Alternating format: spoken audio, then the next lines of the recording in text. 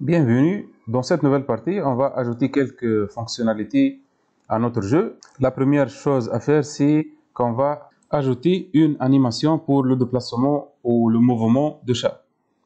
N'oubliez pas, voilà, si vous cliquez sur le chat, puis costume, vous allez voir deux costumes. C'est pour simuler la marche de chat. Si on clique sur code, puis voilà, on va ajouter un code dans apparence qui permet de changer le costume de chat. Voilà.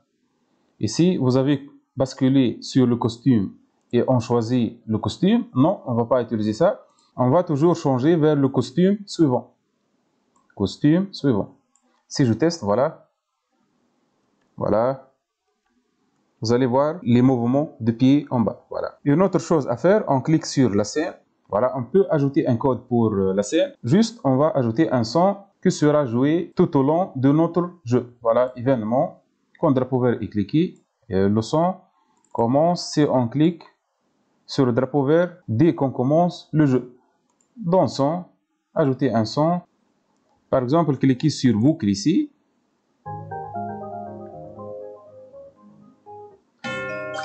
Vous pouvez choisir n'importe quel son. Voilà, je vais choisir ça. Voilà. On change maintenant ici le son, Bossa Nova, et on clique sur le drapeau vert pour tester.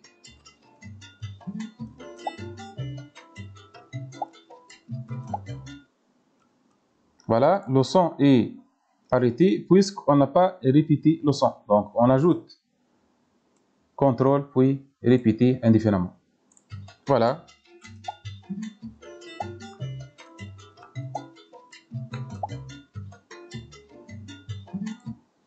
Le son sera joué en boucle. On va faire une autre chose. On va créer un autre joueur. Je vais changer ça. Lecture normale. Dupliquer ici. On va dupliquer le chat et dupliquer le ballon. Tout simplement. On ne va pas bien sûr dupliquer ni le panier ni le son. Le but reste toujours le même. Voilà. Si je clique sur le drapeau vert, je peux déplacer les deux chats en même temps. On ne va pas faire ça, bien sûr. On va modifier le deuxième chat. Tout d'abord, on va changer sa costume. Voilà, costume, puis couleur. Voilà, l'outil de remplissage. On va changer la couleur. Choisir la couleur comme vous voulez. Clique ici, clique, clique, clique et voilà. Et n'oubliez pas de colorer aussi le deuxième costume de la même façon. Et voilà. On va maintenant faire tourner le chat vers la gauche. Pour cela, on utilise la direction ici. Vous devez activer ça. Clique ici. Les deux flèches opposées, gauche-droite. Puis, changer la direction vers la gauche.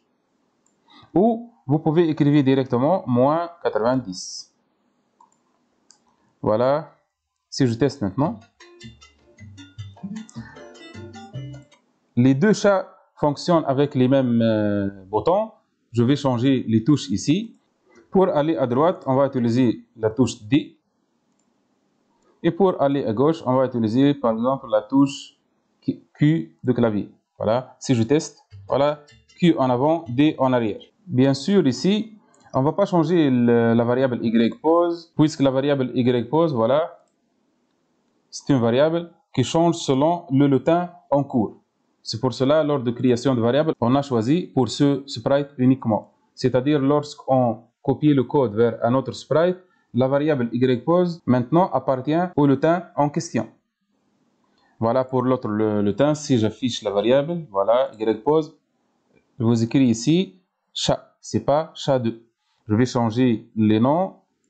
Par exemple, ça c'est chat orange et l'autre chat rouge.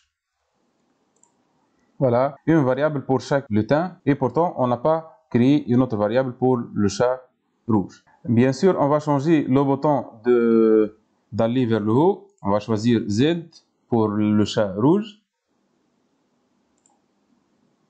Voilà. Maintenant, l'envoi de ballon, basketball 2, c'est pour le chat rouge. Si vous voulez, on peut changer la couleur, voilà, de ballon, de l'autre ballon. Voilà. Voilà, cliquez comme ça. Voilà, c'est bon. Et puis, n'oubliez pas que on doit créer une autre variable pour le score de chat rouge. Voilà, variable, créer une variable pour tous les sprites, score 2 par exemple. Et on va la choisir ici, score 2. Voilà. Ici aussi, ajouter 1 à score 2. On va la placer ici. Je vais cacher ces deux variables. Y pose. Et pour le chat rouge, Y pose. Je laisse seulement les scores. Pour le ballon aussi, voilà. Lors de l'apparition de deuxième ballon, il doit apparaître à partir de la position de chat rouge. C'est pas chat orange ici. Voilà. Le chat rouge. Et on doit aussi changer la touche espace. La touche qui permet de jeter le ballon pour le deuxième chat, c'est par exemple W. Voilà, si je teste maintenant, W, voilà, il y a un problème pour le sens du ballon. Le ballon est jeté vers l'arrière. Il faut seulement mettre, ajouter 10 à X à ajouter moins 10, valeur négative. Voilà, si je teste, voilà, ça marche bien.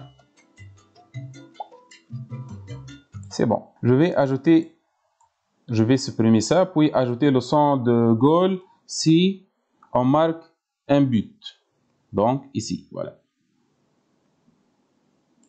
Et on va la modifier aussi pour l'autre chat, l'autre ballon de chat orangé, voilà, ici.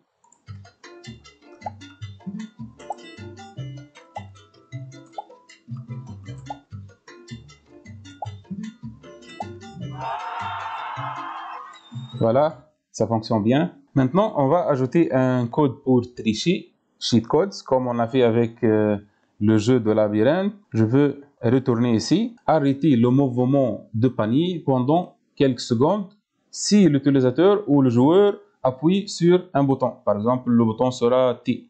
Je ne sais pas, vous pouvez choisir n'importe quel bouton. Voilà, et répéter indéfiniment le mouvement de panier vers des positions aléatoires. On va seulement ajouter un test, voilà, contrôle, puis si alors,